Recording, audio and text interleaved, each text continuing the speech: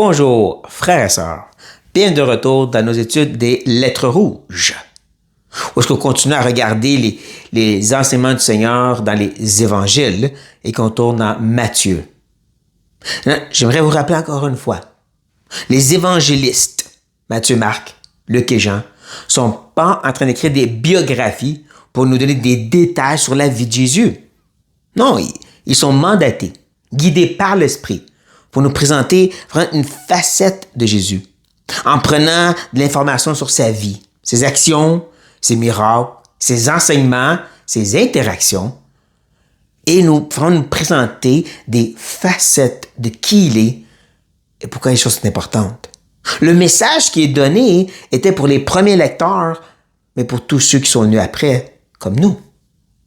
Et c'est ça qu'on veut garder en tête quand on arrive à cette histoire.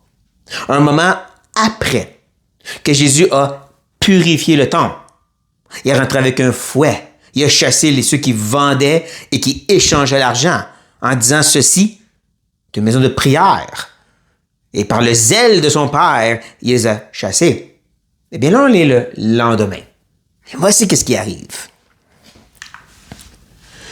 Jésus se rendit dans le temple et, pendant qu'il enseignait, les principaux sacrificateurs et les anciens du peuple vinrent lui dire « Par quelle autorité fais-tu ces choses? Et qui t'a donné cette autorité? » Il faut comprendre, ils ne sont pas dans l'erreur, ces chefs religieux. Ils avaient le mandat de Dieu de protéger le peuple contre les faux enseignants. Ils devaient s'assurer que ceux qui enseignent, surtout dans le temple, étaient vraiment envoyés de lui. Non, ce qu'ils font présentement, c'est une bonne chose en demandant quelle est ton autorité. Je dirais que c'est quelque chose qui manque beaucoup de nos jours dans notre monde chrétien, où que n'importe qui peut se présenter sur les réseaux sociaux, comme moi, hein? Et il y a toutes sortes de messages, écrire toutes sortes de livres. Et parce qu'il se dit enseignant chrétien, on gobe tout rond. Non, on a besoin quand même de ce discernement qui dit où tu prends ton information, d'où vient ton autorité. Je crois que vous savez que pour moi, elle vient d'ici, la parole de Dieu seulement. Le fait qu'il répète cette question ici, par quelle autorité tu fais ces choses, l'enseignement, mais aussi probablement le fait qu'il a chassé des gens du temple, et qui t'a donné cette autorité, cette répétition nous montre que c'est pas juste ils ont posé à Jésus, mais en tant que lecteur, on veut se poser. Le fait que Matthieu, guidé par l'Esprit, a mis cette répétition de questions, c'est comme s'il demande au lecteur, vous, qui pensez-vous?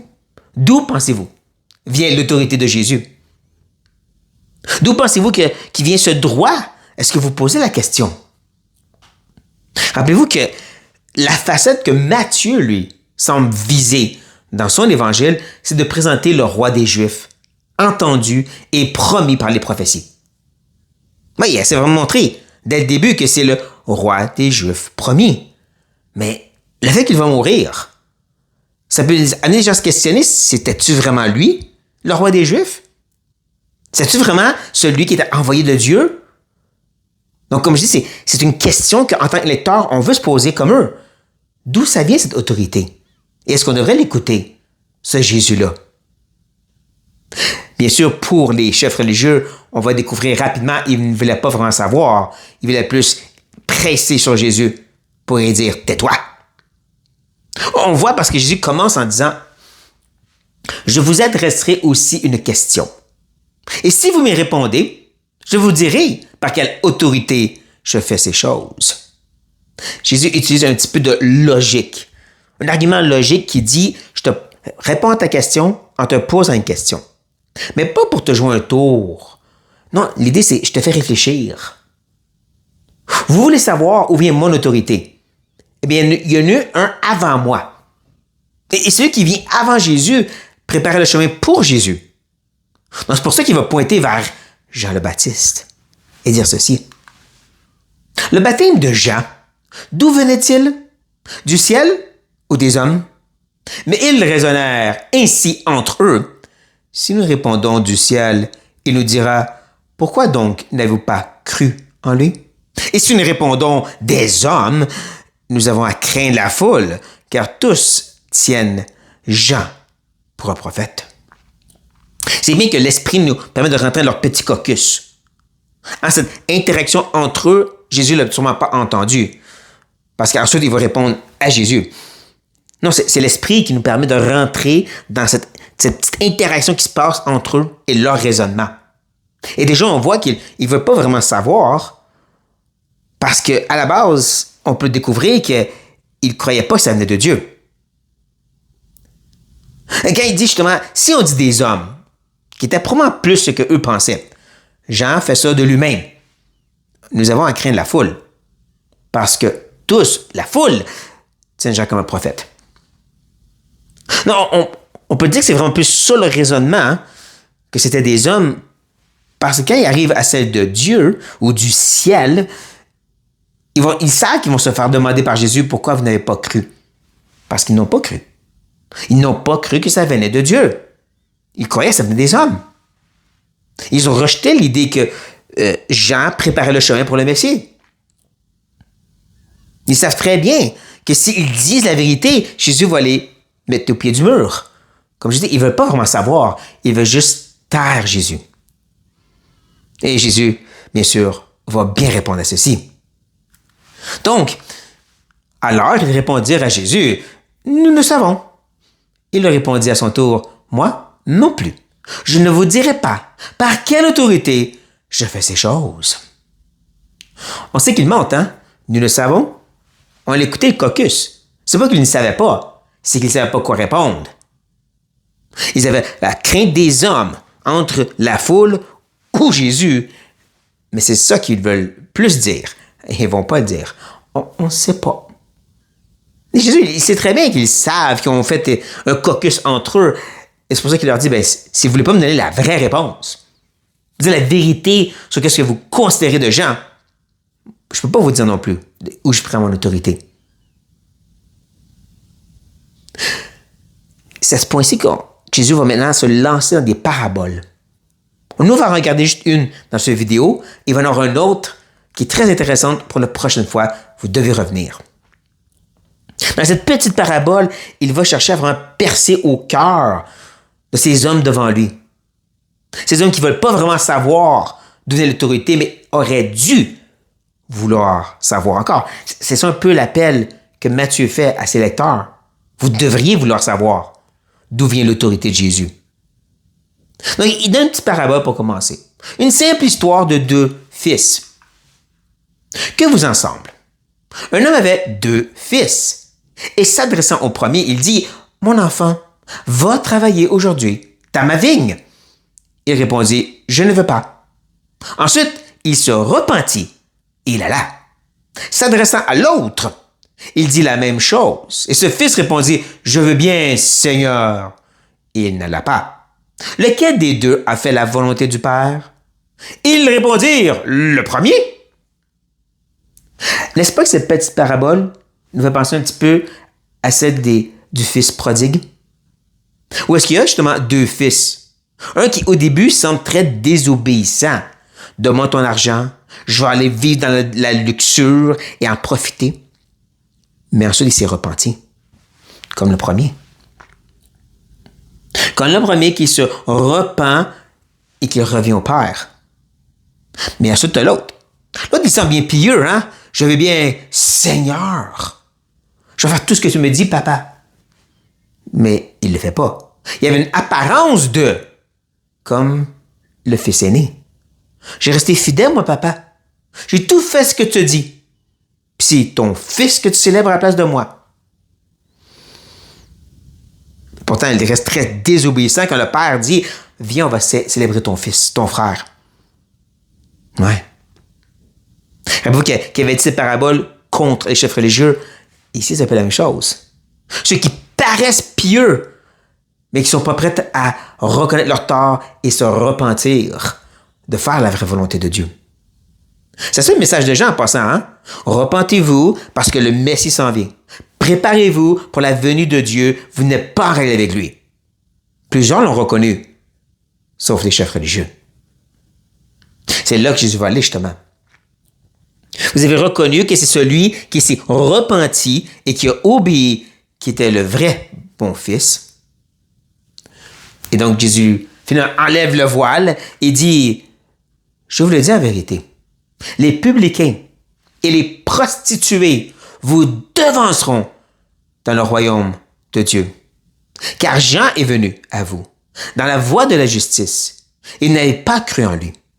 Mais les publicains et les prostituées ont cru en lui. Et vous, qui avez vu cela, vous ne vous êtes pas ensuite repentis pour croire en lui.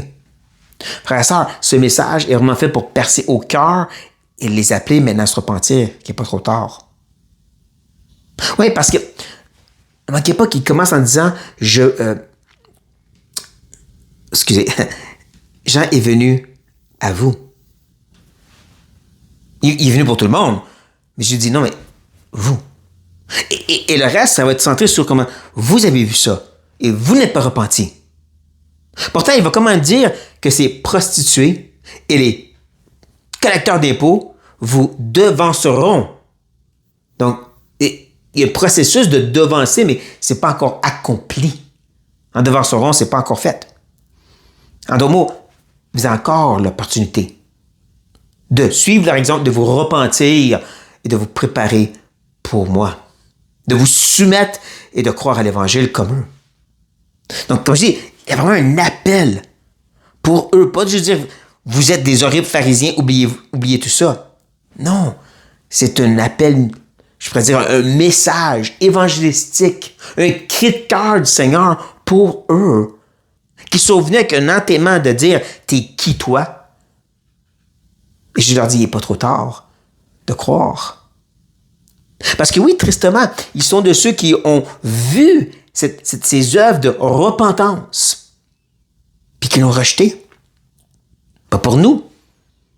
Pas pour nous. Ils ne voulaient pas se repentir et croire l'appel de l'Évangile. Repentez-vous et croyez à l'Évangile. Pas pour nous. Même si Jésus est en train de les appeler ici, on sait qu'ils n'ont pas reconnu ce message. On le voit beaucoup avant. Dans Matthieu, chapitre 3.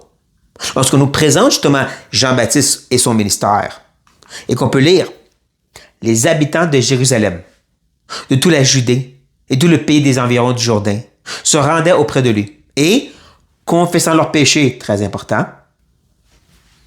ils se faisaient baptiser par lui dans le fleuve du Jourdain. » C'est un baptême de repentance. C'est là où tu dis « Je suis pécheur, mais je veux me détourner. » Me tourner vers Dieu pour être sauvé dans sa grâce. Mais, voyant venir à son baptême beaucoup de pharisiens et de sadducéens, ça c'est le groupe qui est venu voir Jésus, techniquement. Il leur dit, race de vipères, qui vous a appris à fuir la colère à venir?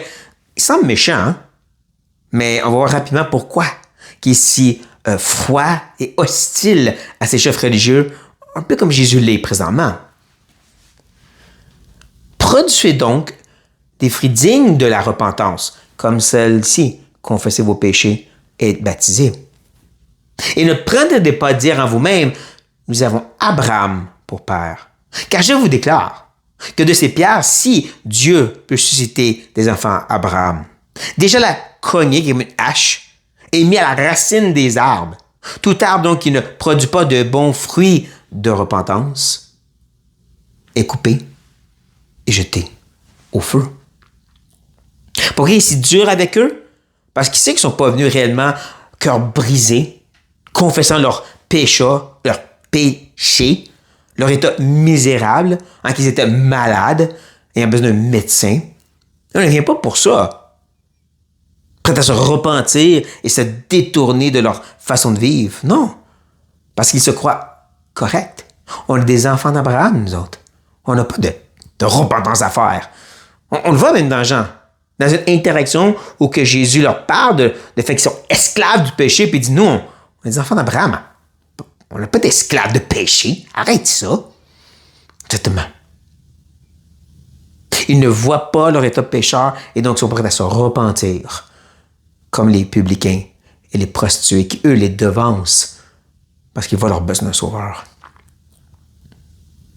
Et encore, ça revient à est-ce qu'on reconnaît cette autorité qui nous donne ce message? qui dit que tous ont péché et sont privés de la gloire de Dieu. Que tous, sans exception, on mérite le jugement qui vient avec, et c'est la séparation d'avec Dieu. Mais Dieu, riche en bonté et en grâce, a pourvu un sauveur, nous ramène à la vie en Christ. A pourvu le sacrifice parfait, prenant toute la culpabilité sur lui, prenant la colère de Dieu sur lui, mourant à notre place, sur sang versé pour laver nos péchés, mais ressuscité pour nous justifier aussi. Si on reconnaît cette autorité, on va se repentir et croire. Maintenant, même pour ceux qui sont dans l'Église, qui ont grandi dans l'Église, enfants de la foi, comme des enfants d'Abraham, qui disent, oui, Jésus, je sais qu'il est mon sauveur, mais t'as sauvé de quoi si tu ne crois pas que tu es pécheur? Si tu ne crois pas que tu mérites l'enfer, même si tu as grandi dans l'Église, tu es aussi un pourri et un pécheur digne de jugement éternel. Le message est aussi pour vous. Je vais demander d'aller encore plus loin, même en tant que chrétien. Des fois, on tombe dans le piège des pharisiens. Je suis quelqu'un de la foi, moi. Je suis un enfant de croyants. Je suis de ceux qui suivent le Seigneur. Mais est-ce qu'on reconnaît l'autorité de Jésus-Christ sur nos vies? Son autorité se trouve dans sa parole, dans sa révélation. C'est là qu'il nous dit, prenez votre croix et suivez-moi. Mettez à mort les œuvres de la chair et revêtez les caractéristiques de Christ. Ça, c'est commandement qu'on doit se soumettre si on reconnaît son autorité. Si on reconnaît aussi que son autorité se trouve dans sa révélation et non pas dans des messages flottants de n'importe qui, n'importe où. Comme j'ai dit tantôt, il y a tellement de gens qui ont tellement de messages qui viennent d'autres sources, Dieu ou l'Esprit, et qui pourtant est en contradiction à celle qui a été déjà révélée. Parce que c'est là l'autorité pour nous.